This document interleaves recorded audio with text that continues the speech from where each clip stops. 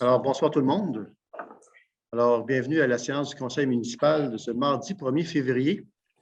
D'abord, juste peut-être revenir sur la situation qui s'est produite hier. Alors, problème technique, malheureusement. En plus, c'était la séance du budget.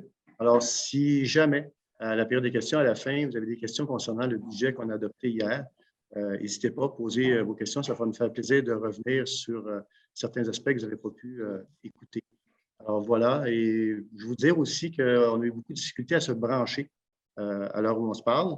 Donc, on n'est pas à l'abri d'un bris technique encore, mais bon, on essaie de s'assurer que vous puissiez avoir accès à vos séances du conseil municipal. Alors, c'est un peu pour ça qu'on essaie cette technologie-là. Et on verra, on décantera pour la suite si on continue de cette façon-là ou si on regarde d'une autre manière, toujours en ayant à l'esprit que vous voulez participer aux séances du conseil.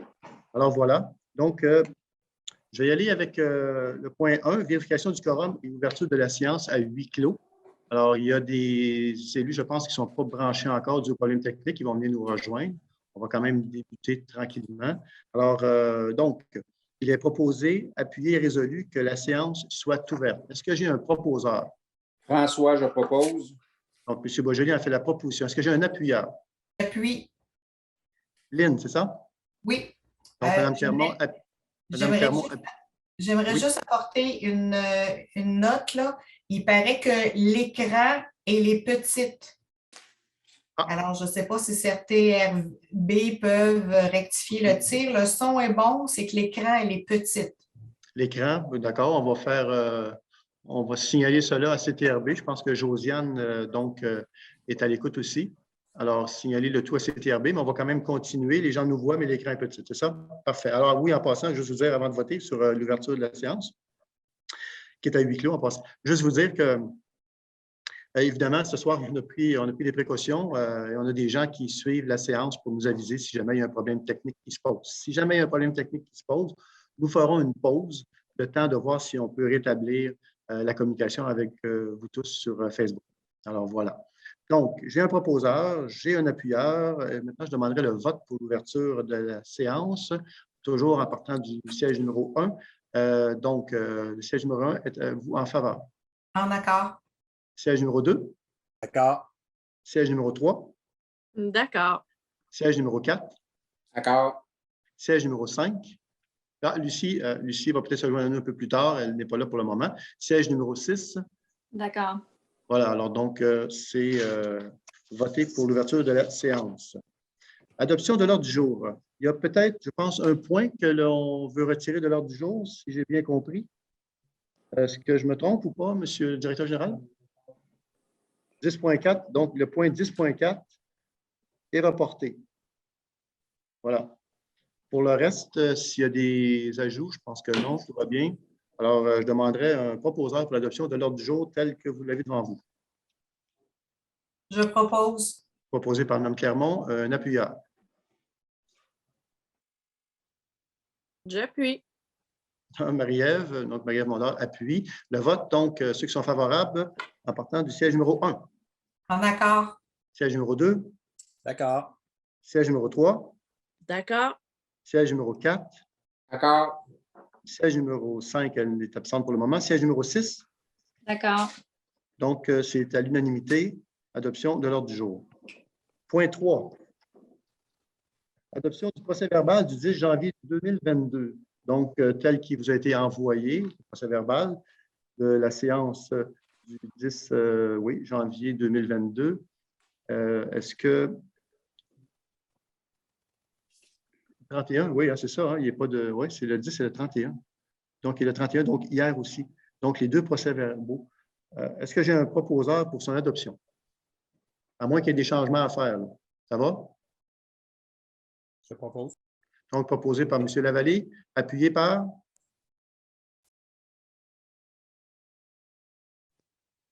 Est-ce que j'ai un appuyeur? J'appuie. Donc, Mme Mondor appuie. Le vote, ceux qui sont en faveur, à partir du siège numéro 1, en débutant par le siège numéro 1.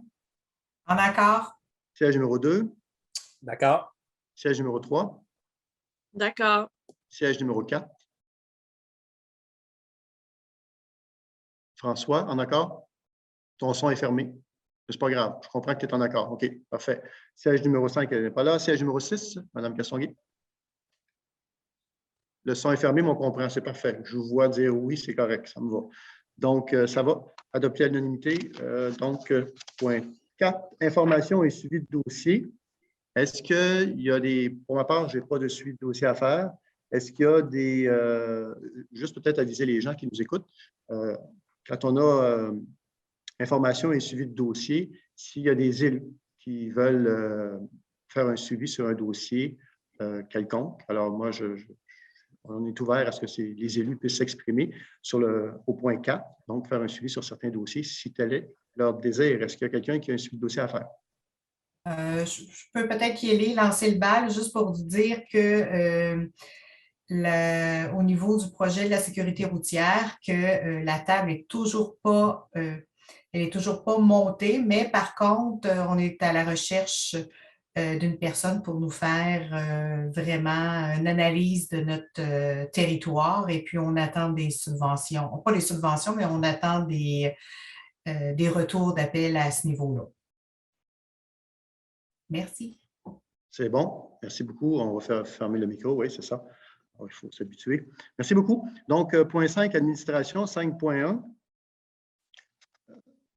Donc, adoption du projet de règlement édictant le code d'éthique et de déontologie des élus municipaux. On avait une question tantôt là-dessus. On peut la regarder tout de suite. Quelqu'un qui disait, est-ce qu'on peut attendre? Est-ce qu'on a jusqu'au 1er mars, Monsieur le directeur général, pour adopter le code? Si vous avez des questions, on pourra faire une séance extraordinaire pour l'adopter plus tard. Est-ce qu'on l'adopte ce soir? Peut-être juste, oui. En fait, moi, j'aurais aimé passer encore au travers et le relire avant de pouvoir l'adopter, si c'est possible. Il n'y a aucun problème. Si tout le monde est d'accord, on va tout simplement le reporter. Et puis, vous comprenez qu'on fera une séance spéciale, une séance extraordinaire pour faire son adoption avant le 1er mars prochain. Ça va pour tout le monde? Donc, on reporte l'adoption du Code d'éthique et de déontologie des élus. Parfait. 5.2, application du règlement sur la gestion contractuelle, rapport annuel. Alors, conformément aux dispositions de l'article 938.1.2 du Code municipal, le directeur général et greffier trésorier déposent le rapport annuel sur l'application du règlement sur la gestion contractuelle. Peut-être juste vous dire un peu ce à quoi ça ressemble, ce rapport-là. Donc, ce rapport a pour principal objectif de renforcer la transparence du processus de gestion contractuelle de la municipalité en renseignant les citoyens sur l'application des mesures prévues à son règlement. Donc, octroi des contrats. La municipalité peut conclure des contrats selon les 3 principaux modes de sollicitation possibles. Le contrat conclu de gré à gré, le contrat conclu à la suite d'un appel d'offres sur invitation auprès d'au moins 2 fournisseurs et le contrat conclu à la suite d'un appel d'offres public. L'estimation de la dépense du contrat octroyé sert à déterminer le mode de sollicitation à utiliser. Donc, ce que ça dit, dans le fond, c'est que le rapport est prêt à être déposé et qu'il est conforme selon les règles de l'application du règlement sur la gestion contractuelle. C'est un dépôt, tout simplement. Alors voilà. En passant, ce sera possible de le retrouver sur le site de la municipalité. Les gens qui voudront le consulter, ce sera possible de le consulter là-dessus. Voilà. Donc, 5.3, taux de taxation 2022. Donc, ça, c'est, en fait, on doit l'adopter, non pas en même temps que le budget, mais après le budget, et c'est ce que nous allons regarder ce soir pour son adoption. 5.3, taux de taxation 2022. Considérant que d'après le budget 2022, la municipalité de Lanoraie aura à pourvoir au cours de l'année 2022 à des dépenses totalisant à 7 517 200. Considérant que pour défrayer les dites dépenses, la municipalité prévoit des revenus de paiement tenant lieu de taxes s'élevant à 89 000 des revenus provenant du gouvernement du Québec s'élevant à 349 800 des revenus non fonciers s'élevant à 664 900 et des revenus provenant des surplus accumulés s'élevant à 800 200 Considérant que pour solder la différence, il est requis une somme de 4 559 000 qu'il est nécessaire de prélever sur les biens-fonds imposables de la municipalité et une somme de 1 054 300 sur une autre base de taxation. Que pour solder la différence entre les dépenses prévues pour l'exercice financier 2022 et les autres revenus, Les taxes suivantes pour l'année 2022 seront imposées comme suit. Le taux de base est agricole. Le taux de base et agricole sont fixés à 62,4 cents par 100 d'évaluation de la valeur portée au rôle d'évaluation.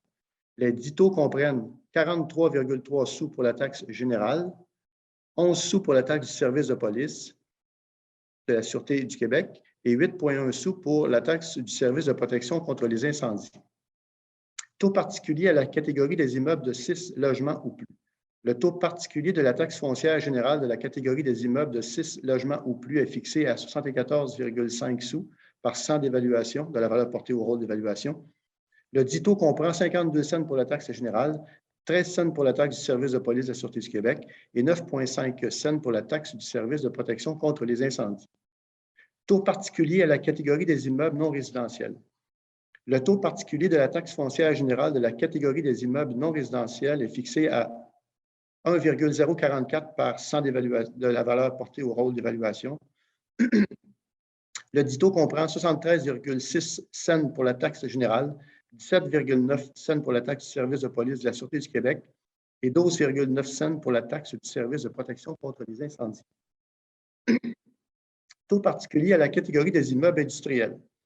Le taux particulier de la taxe foncière générale de la catégorie des immeubles industriels est fixé à 1,164 de la valeur portée au rôle d'évaluation.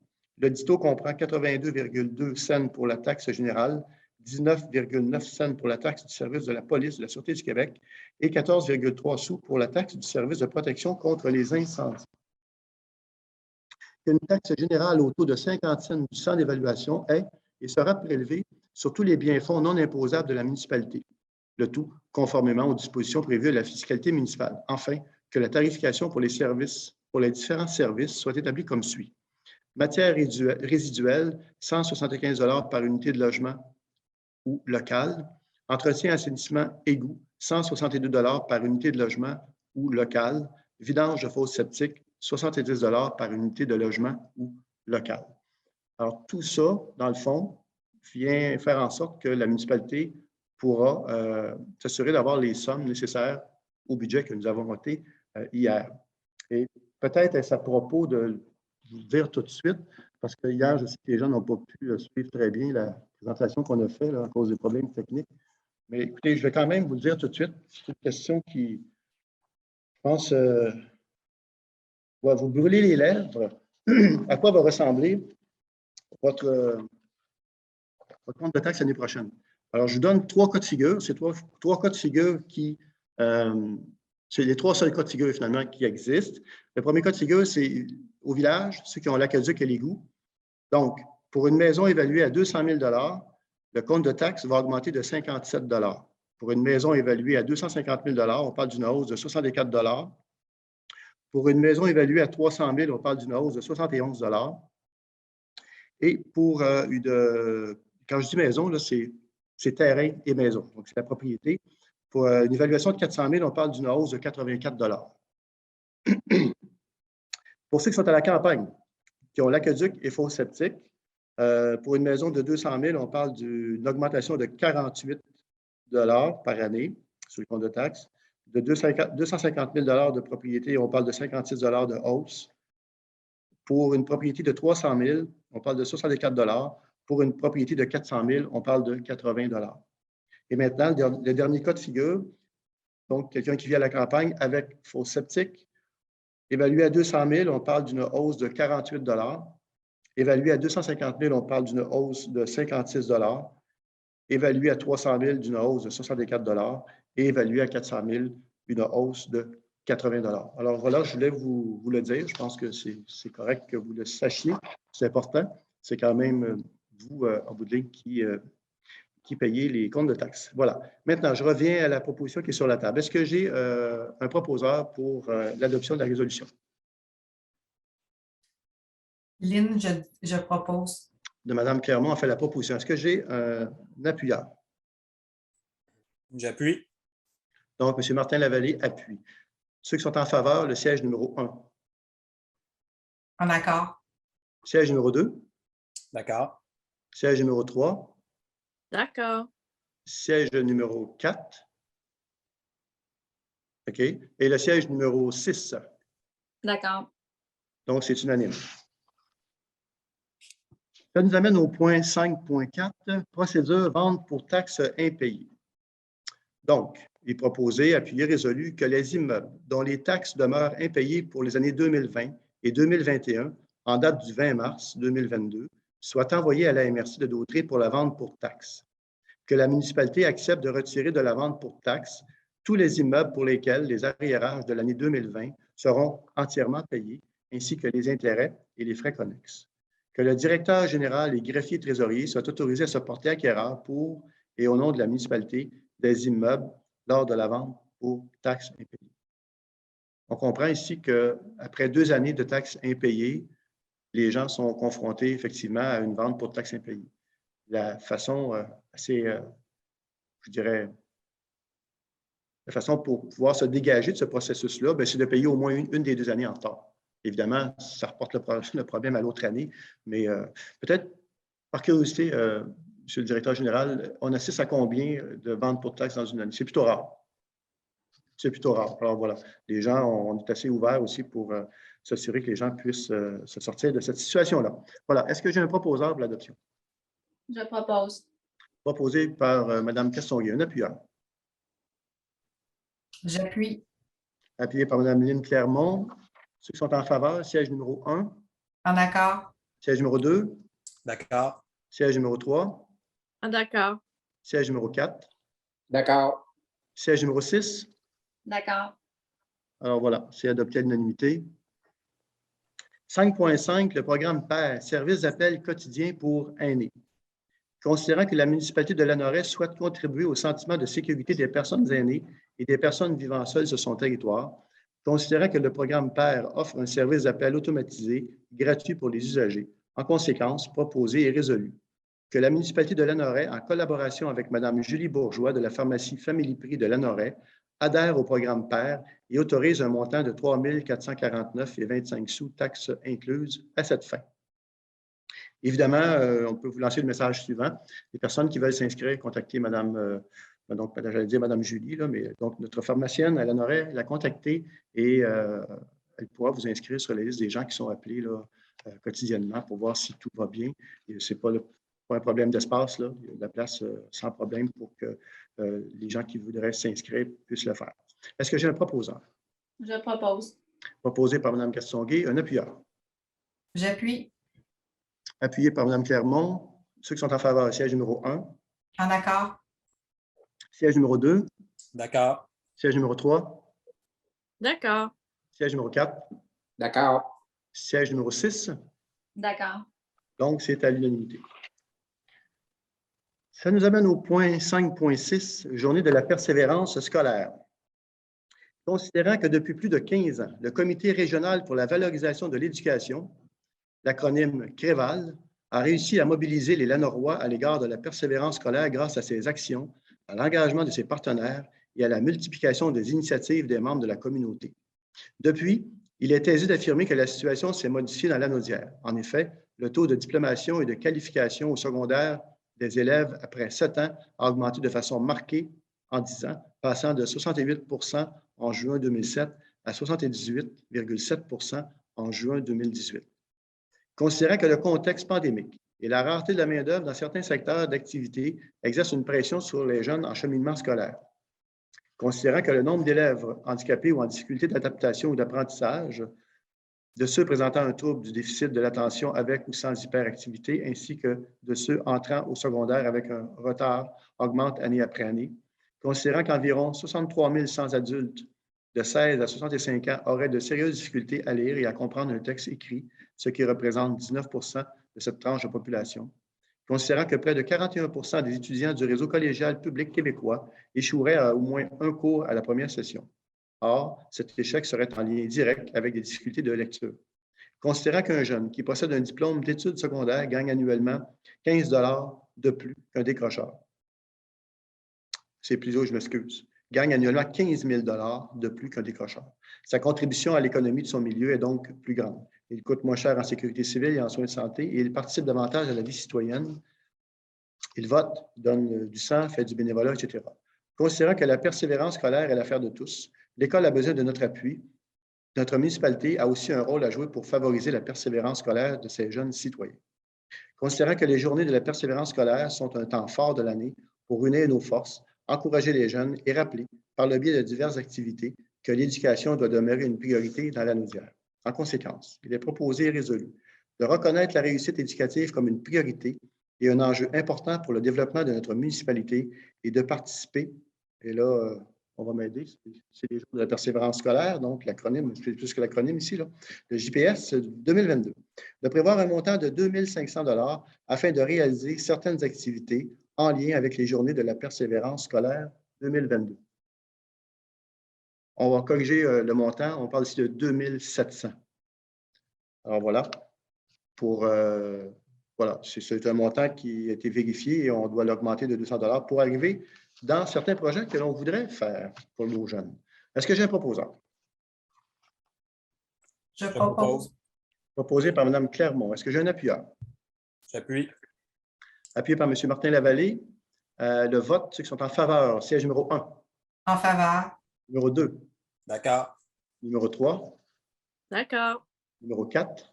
D'accord. Numéro 6. D'accord. Alors, c'est voté à l'unanimité. 5.7, logiciel pour documentaire et mise à jour du calendrier de conservation. Alors, considérant que le logiciel actuel de gestion documentaire, Ultima, n'est plus soutenu par le fournisseur.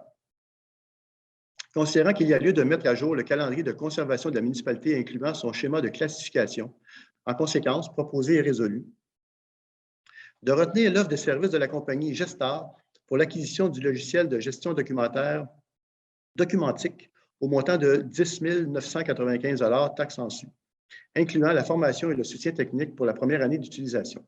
De plus, de retenir les services de la compagnie Gestar pour la mise à jour du calendrier de conservation et du schéma de classification en collaboration avec la directrice générale adjointe et greffière trésorière adjointe, et ce pour un montant de 7 840 $ taxes en su. En fait, vous aurez compris que c'est un outil multitâche qui permet notamment d'avoir les archives, de tenir les archives à jour. Exemple, si un document doit être détruit, et là, je vois que notre greffière est avec nous, si un document qui est jugé obsolète après 5 ans, eh bien, le logiciel en question va le signaler. Si quelqu'un prend un document, l'inscrit dans le logiciel qui l'a pris, donc on sait qui a pris le document, on sait qui a le document. Donc, il fait plein en fait, j'appelle multifonction. Il peut faire, entre autres, au niveau des comptes de taxes après 10 ans, si on peut les détruire ou pas. Je dis 10 ans, mais bon, c'est peut-être 15. Mais en fait, évidemment, si on cherche un document, alors c'est facile de le trouver en utilisant le fameux logiciel. Alors voilà.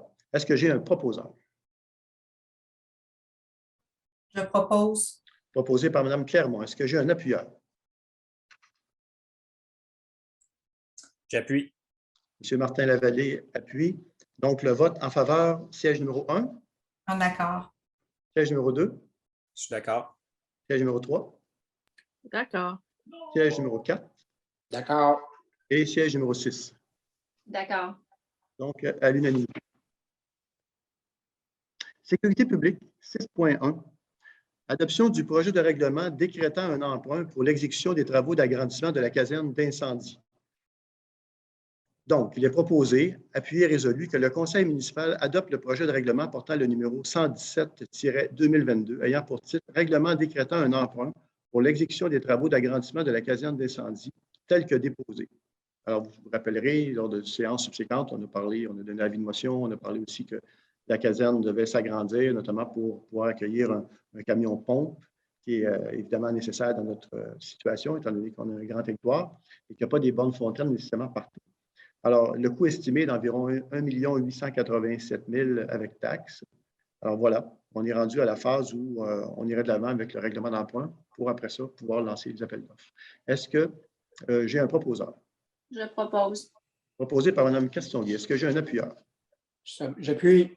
Appuyé par M. Boisjoli. Donc, ceux qui sont en faveur, le siège numéro 1. En accord. Le siège numéro 2. D'accord. Siège numéro 3. D'accord. Siège numéro 4. D'accord. Siège numéro 6. D'accord. Parfait, donc à l'unanimité. 6.2, toujours en sécurité publique, on parle de Sûreté du Québec cadet. Vous savez, l'an passé, les cadets ont été sur le terrain ici à Lanoraie et je pense que c'était très, très apprécié. Alors, c'est toujours agréable de pouvoir participer à leur formation, puis en même temps, eux, ben, ils nous donnent un coup de main pour sensibiliser les gens à sur certains points. Donc, alors, la résolution va comme suit. Il est proposé, appuyé et résolu, d'informer la MRC de Dautrey que la municipalité de Lanoraie désire faire partie de l'entente entre la MRC et les municipalités locales dans le cadre du programme de cadets de la Sûreté du Québec pour la saison estivale 2022, pour une période de 10 semaines, soit du 30 mai au 7 août, et ainsi augmenter la visibilité de la Sûreté du Québec sur le territoire de Lanoraie et qu'un montant maximal de 5 000 $ soit autorisé à cette fin. Que le maire et le directeur général et greffier trésorier soient autorisés à signer pour et au nom de la municipalité l'entente pour l'obtention de 2 cadets. Et juste vous dire, là, dans la MRC, je vous dirais que c'est très, très apprécié. Alors, il y en a à Saint-Gabriel, il y en a à Mandeville, il y en a à l'île, je ne vais pas me tromper, mais il y en a à Berthier, il y en a à l'île du Pas. Bref, les municipalités apprécient beaucoup d'avoir sur leur territoire la présence des cadets. On fait une pierre deux coups. Hein, on participe à la formation, puis en même temps, ils viennent donner un petit coup de main pour la sensibilisation et la sécurité des lieux publics. Est-ce que j'ai un proposeur?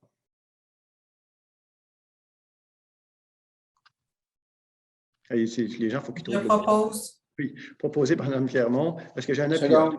Appuyé par M. Boisjoli. Le vote, ceux qui sont en faveur, siège numéro 1. En accord. Siège numéro 2. D'accord. Siège numéro 3. D'accord. Siège numéro 4. D'accord. Et le siège numéro 6. D'accord. Donc, c'est à l'unanimité. On passe aux travaux publics.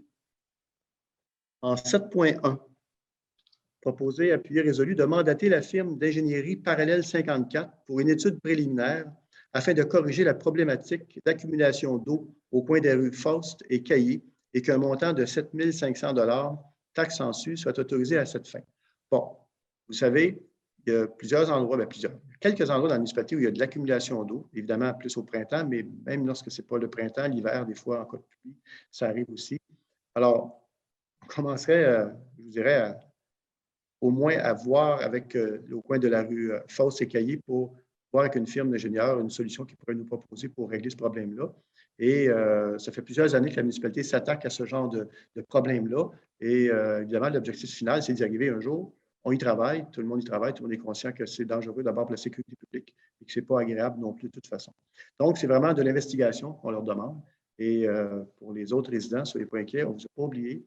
On a pris des notes, on sait à peu près où ils se trouvent, les accumulations d'eau qui sont indésirables, et le Conseil va y travailler dans les semaines, les mois et les années qui viennent pour essayer de régler ce problème-là. Est-ce que j'ai un proposeur? Je propose. Proposé par Mme Clermont. Appuyé par M. Boisjoli? Oui. OK. Est-ce que, bon, ceux qui sont en faveur, siège numéro 1? En accord. Siège numéro 2? D'accord. Siège numéro 3? D'accord. Siège numéro 4? D'accord. Siège numéro 6? D'accord. À l'unanimité. On passe au point 8, hygiène du milieu. 8.1, mandat pour le contrôle de qualité des matériaux, travaux, émissaires, rue Notre-Dame. Alors, pour vous situer un peu, c'est l'émissaire. Il y a eu une première phase qui a été effectuée et là, on est rendu, en fait, c'est entre le 440 et le 450 sur Sainte-Marie. Et là, on est rendu à faire l'émissaire qui va traverser la rue Sainte-Marie et qui va aller finalement se jeter au fleuve. Alors, le mandat qu'on veut donner ce soir, c'est un mandat de qualité des matériaux. Ça touche notamment la compaction, le remblai et les matériaux utilisés pour faire cela. J'ai sauté 8.1. Ben oui, toi. Non, non, je suis là. Mandat pour la campagne de lecture. Ben oui, toi. Excusez-moi. Attendez un petit peu. Je ne l'ai pas. Ben oui. Je m'excuse, on va faire le 8.2. On reviendra au 8.1. On est bien avancé sur le 8.2. C'est le directeur général. Donc, 8.2, comme je viens de vous l'expliquer, on va commencer par lui. Alors, c'est pas mal les explications que j'avais à donner par rapport à ça. Donc, c'est de terminer les travaux de l'émissaire. Est-ce que j'ai un proposeur? Je propose. Proposé par M. Lavallée. Est-ce que j'ai un appuyeur? J'appuie. Appuyé, c'est Mme Castonguay, c'est ça? Non, Clermont. Mme Clermont, excusez-moi, Mme Clermont. Donc, ceux qui sont en faveur, à partir du siège numéro 1. En accord. Siège numéro 2. D'accord. Siège numéro 3. D'accord. Siège numéro 4. D'accord. Siège numéro 6. D'accord. Donc, c'est à l'unanimité.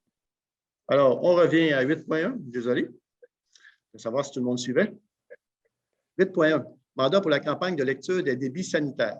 Considérant que des offres pour la campagne de lecture des débits sanitaires ont été demandées, considérant que 3 offres ont été reçues.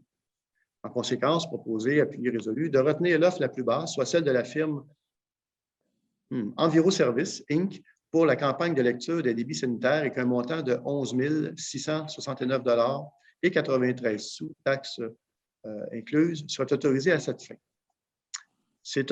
En fait, ce qu'on veut faire, on veut mesurer au niveau des eaux parasitaires qui se retrouvent malheureusement trop souvent dans les étangs aérés. Alors, on va faire une mesure parce qu'on va faire des travaux éventuellement sur un tronçon, et on peut le nommer, ça sera sur la rue Rondeau, entre autres, où on veut faire des travaux. Alors, le ministère de l'Environnement nous exige de limiter les déversements au fleuve. Pour limiter les déversements au fleuve, il faut limiter les eaux parasitaires qui s'infilent dans le réseau et qui se retrouvent dans les bassins, donc des étangs aérés, entre autres. Et donc, c'est vraiment une mesure que le ministère de l'Environnement nous exige. On doit faire la démonstration que maintenant, à l'heure où on se parle, on va prendre des mesures au printemps. Et quand on aura fait les travaux, on va reprendre les mêmes mesures pour voir s'il y a eu une amélioration. Et assurément, il y aura amélioration. Alors voilà, c'est la raison pour laquelle on veut donner ce contrat. Est-ce que j'ai un proposeur? Je propose. Proposé par M. Boisjoli. Est-ce que j'ai un appuyeur? J'appuie. M. Lavallée appuie. Ceux qui sont en faveur, siège numéro 1. En accord. Siège numéro 2. D'accord. Siège numéro 3. D'accord. Siège numéro 4. D'accord. Et le siège numéro 6. D'accord. Donc, c'est à l'unanimité. Il met fin à l'hygiène du milieu. Loisirs et culture, pour le moment, il n'y a aucun dossier. On passe donc au point 10, 10.1, comité consultatif d'urbanisme. Remplacement. Considérant la démission de M. Serge Lemieux du comité consultatif d'urbanisme en date du 19 janvier dernier, considérant que le conseil municipal souhaite donner la chance à tous les résidents et résidentes donc de la municipalité de soumettre leur candidature pour occuper le siège laissé vacant. En conséquence, proposé, appuyé, résolu que le directeur général et greffier trésorier envoient par publi-postage un avis d'appel de candidature afin de combler le siège vacant sur le comité consultatif d'urbanisme. Alors voilà, l'appel est lancé. Les gens qui voudraient, je pense que c'est une belle expérience, parce que ceux qui ont siégé, moi, je n'ai eu que de bons mots pour l'expérience qu'ils ont vécue, et ça depuis toujours, sur le comité d'urbanisme. Et en passant, je les salue, tous ceux qui ont participé de façon bénévole à ces séances-là de travail pour justement informer le conseil, renseigner le conseil et le conseiller finalement par rapport aux décisions qu'on prend. Est-ce que j'ai un proposeur? Je propose. Proposé par M. Lavallée. Mme Castonguay, vous appuyez? Oui. Appuyé par Mme Castonguay. Le vote en faveur, siège numéro 1. En accord. Siège numéro 2. D'accord. Siège numéro 3. D'accord. Siège numéro 4. D'accord. Siège numéro 6. D'accord. C'est unanime. 10.2. Demande à la Commission de la protection du territoire et des activités agricoles. Je vais me retirer. Ah, oui, Mme Clermont se retire de la discussion. Voilà. Donc, demande à la Commission de la protection du territoire agricole et de ses activités, renouvellement de l'autorisation 1000 Grande-Côte-Ouest, considérant la demande de 9347-2066 Québec Inc., représentée par M. Bruno Méril à la Commission de protection du territoire agricole du Québec, considérant que la demande vise à renouveler l'autorisation suivant la décision dossier numéro 410051 de la Commission, daté du 22 février 2017, d'une partie du lot 6 387 498, remplace le P 4 166 494 à une autre fin que l'agriculture. Considérant l'article 62 de la Loi sur la protection du territoire et des activités agricoles, considérant la réglementation en vigueur, en conséquence, proposé et résolu que le Conseil municipal informe la Commission de protection du territoire agricole du Québec que la demande ne va pas à l'encontre des règlements municipaux en vigueur. Que le Conseil municipal recommande à la Commission de protection du territoire agricole du Québec de limiter l'autorisation à une période de 5 ans. Alors, on comprendra que ça a été autorisé à l'époque par la Commission. On parle ici du vignoble sur Grande-Côte-Ouest. Et donc, le Conseil est favorable à ce que la Commission accorde à nouveau une autorisation pour que le vignoble puisse à nouveau se prévaloir de cette façon de faire-là.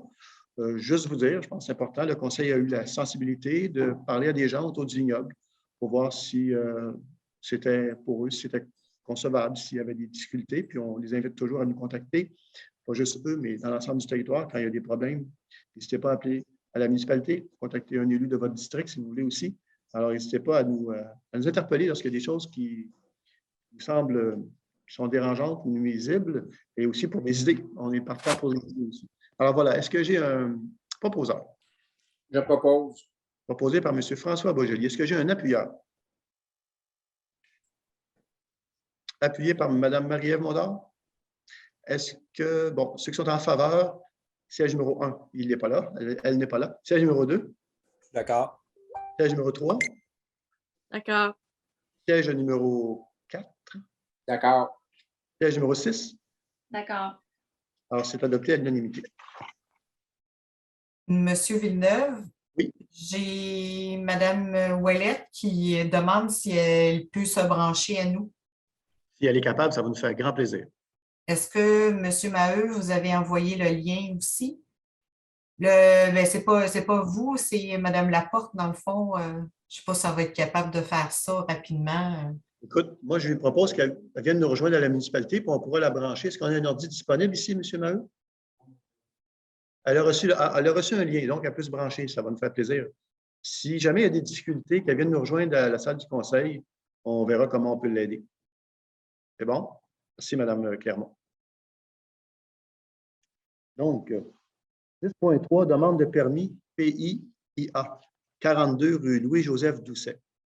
Considérant que le conseil municipal a été saisi d'une demande de permis de rénovation au 42 rue Louis-Joseph Doucet, considérant les dispositions du règlement 1083-2017 concernant les plans d'implantation et d'intégration architecturale, considérant que le projet vise à changer le revêtement de la toiture plat ou du toit plat pour de la membrane élastomère et à changer le revêtement extérieur par du déclin de fibrociment couleur gris perle, considérant le choix de matériaux et de couleurs, considérant que le projet respecte les critères et objectifs du règlement, considérant les recommandations du comité consultatif d'urbanisme au conseil municipal, réunion tenue le 19 janvier 2022, en conséquence, proposé et résolu que le conseil municipal autorise l'émission du permis pour les travaux demandés au 42 rue Louis-Joseph Doucet. Monsieur le directeur général, on parle ici de Action Famille. Voilà, pour ceux qui se posaient la question, c'était où le 42? C'est Action Famille.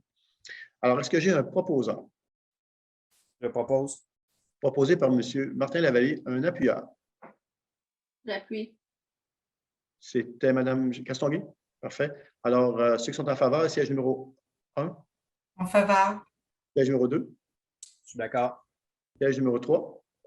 D'accord. Siège numéro 4. D'accord. Siège numéro 5, est-ce qu'elle est avec nous, Lucie? OK, on va attendre. Siège numéro 6. D'accord. Donc, c'est adopté à l'unanimité. Courrier. Monsieur le directeur général, est-ce qu'il y a des choses particulières au courrier? Non, ça va? Point. Un petit peu. OK. Ça. Approbation des comptes payés et à payer. Considérant qu'une copie de la liste des comptes payés et à payer a été transmise à chacun des membres du Conseil et tous déclarent en avoir pris connaissance et renoncent à sa lecture par le directeur général et greffier trésorier. Considérant que le directeur général et greffier trésorier a fourni tous les documents et explications à la satisfaction de ceux-ci, considérant que la municipalité dispose des crédits suffisants pour les fins auxquelles les dépenses sont projetées, en conséquence, proposé, appuyé, résolu que les comptes payés et à payer, incluant les salaires, présentés par le directeur général et greffier trésorier au montant de 283 490,26 sous à compléter, soit approuvé. Est-ce que j'ai un proposeur? Je propose. Mme Castonguay en premier, je pense. Possible? D'accord. Et Mme Clermont en deuxième. Donc, Mme Clermont, vous appuyez. J'appuie. Est-ce que le vote en faveur, siège numéro 1? En accord. Siège numéro 2? Je suis d'accord. Siège numéro 3? Je suis d'accord. Siège numéro 4? D'accord. Siège numéro 5? D'accord. Bonsoir, Mme Ouellette. Et le siège numéro 6. D'accord. Donc, c'est adopté à l'unanimité.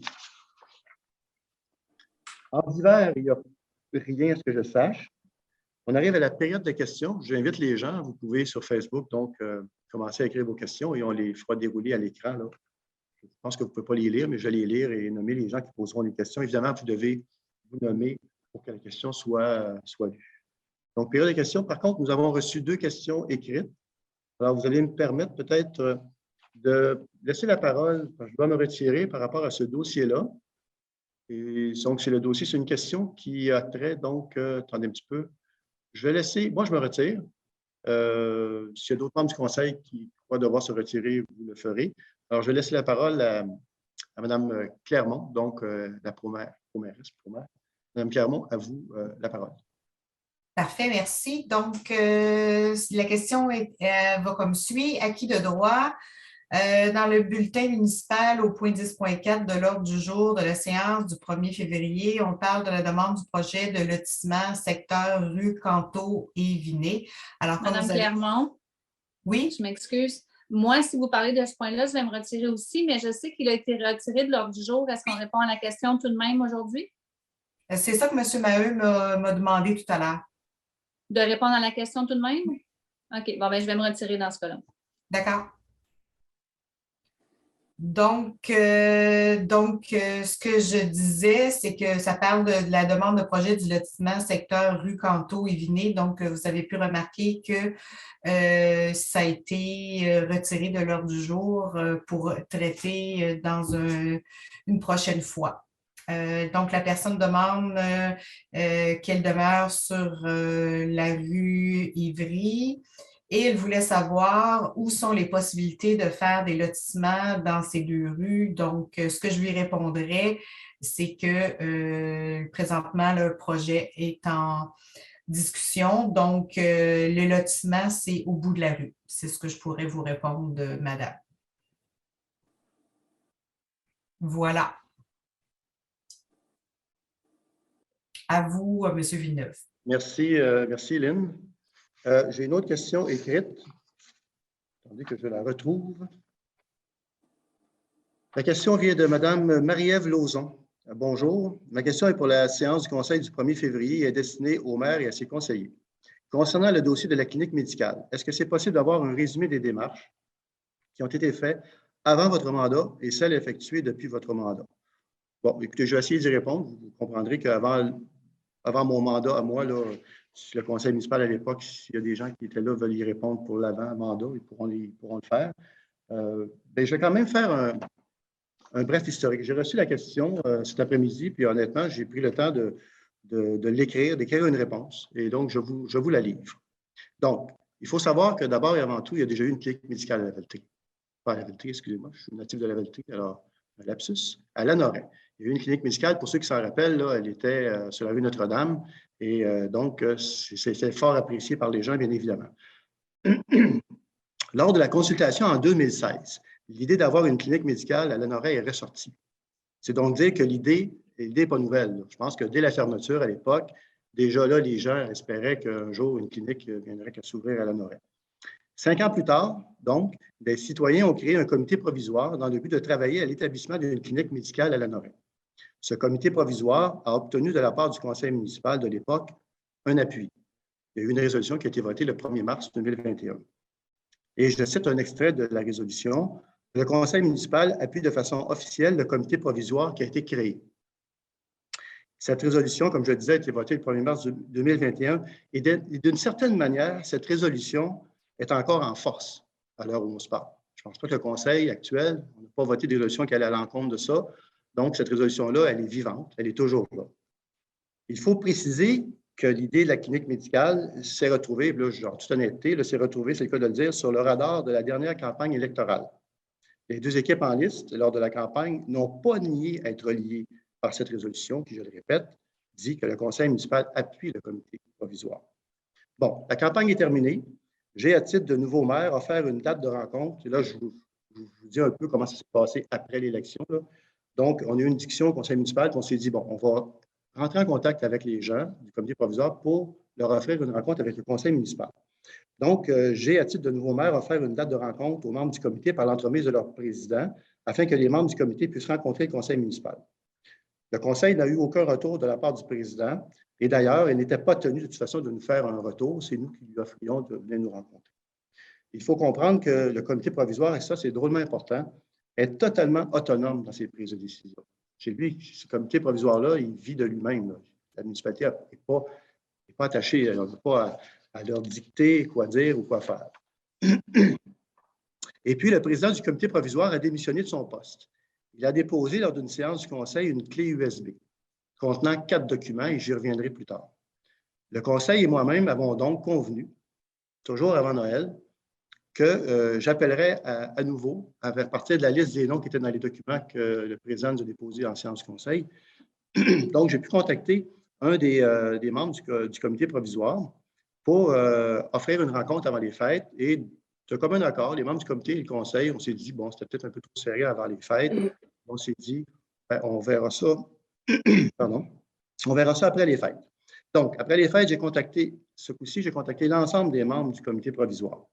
Voici ce que j'ai obtenu comme réponse jusqu'à maintenant. Un des membres, pour des raisons de santé, a préféré se retirer.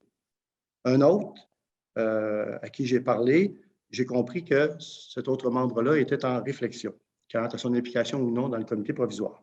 Quant aux 2 autres membres, je n'ai pas eu de retour d'appel jusqu'à maintenant, mais bon, il est encore tôt, peut-être qu'ils vont me contacter éventuellement.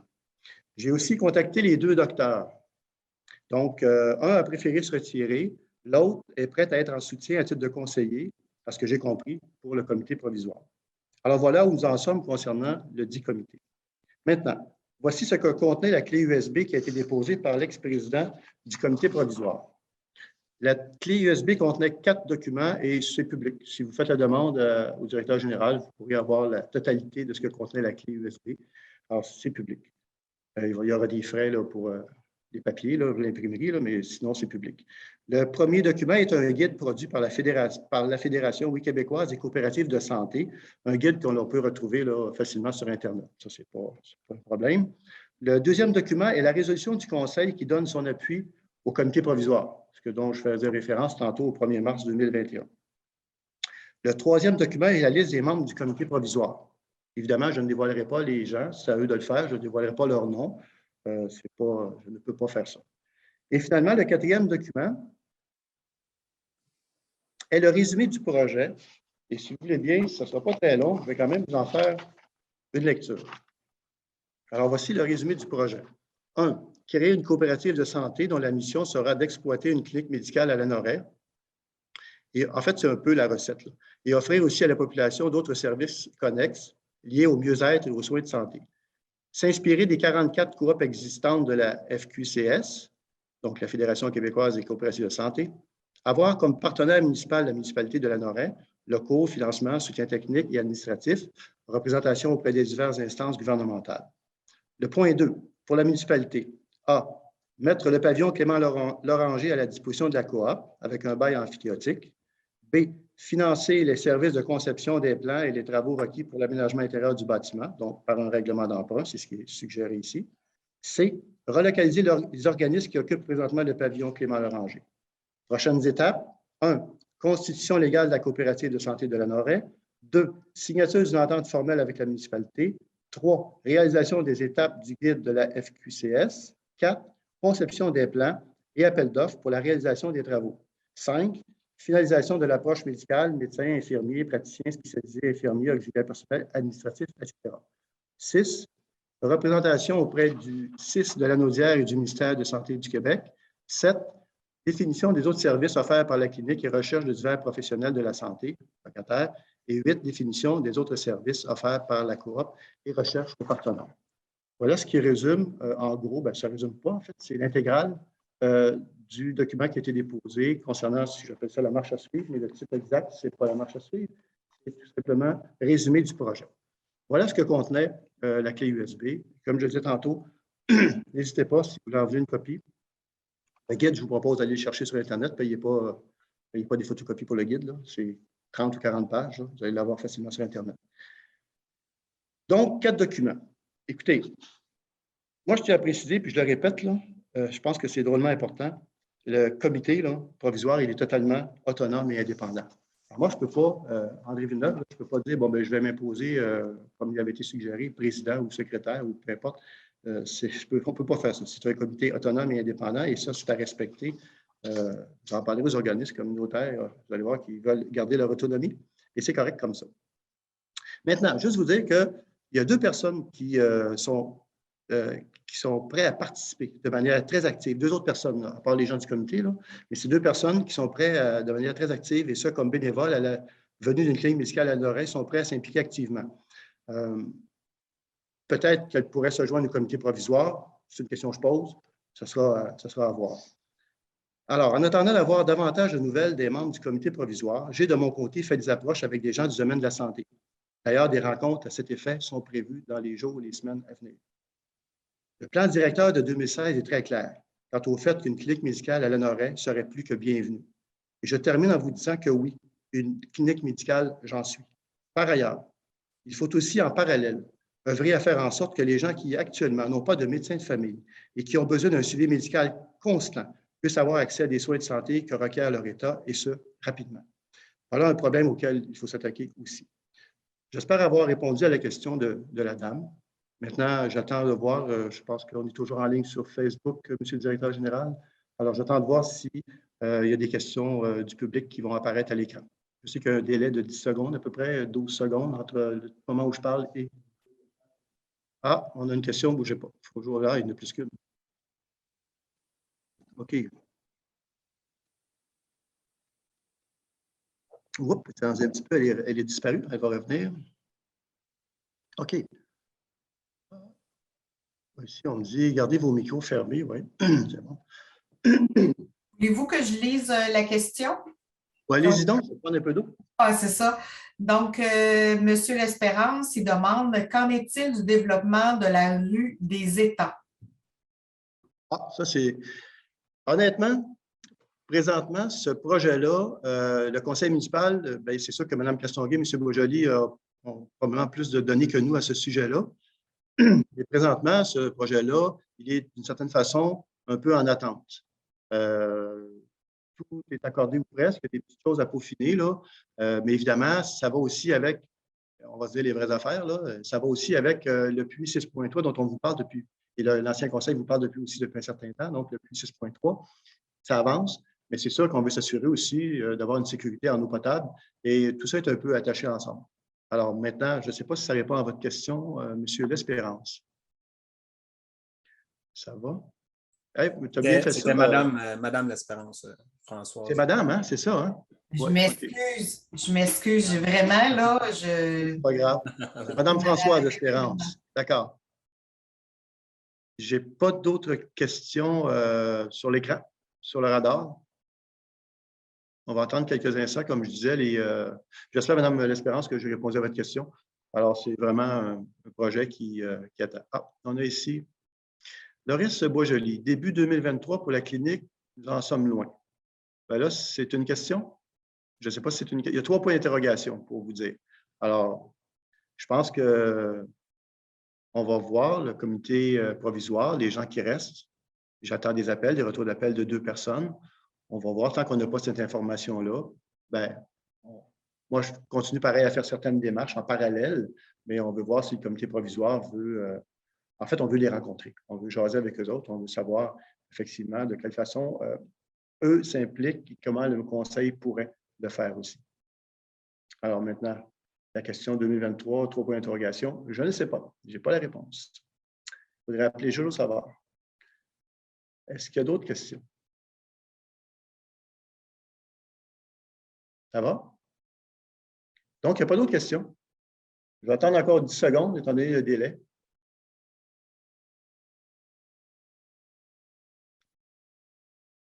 On me dit c'est tout. Ah, c'est sûrement tout, effectivement. Écoutez, je vous remercie de votre présence, votre participation. Je ne sais pas, est-ce qu'on sait combien de personnes sont branchées, Monsieur le directeur général?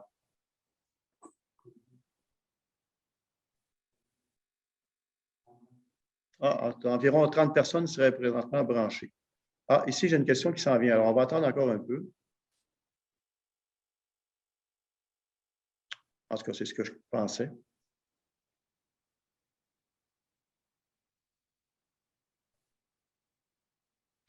On me confirme que c'est tout. Alors voilà. Hey, merci pour votre participation, tout le monde, les gens aussi qui sont à l'écoute. Merci aux membres du conseil, merci au personnel de la municipalité.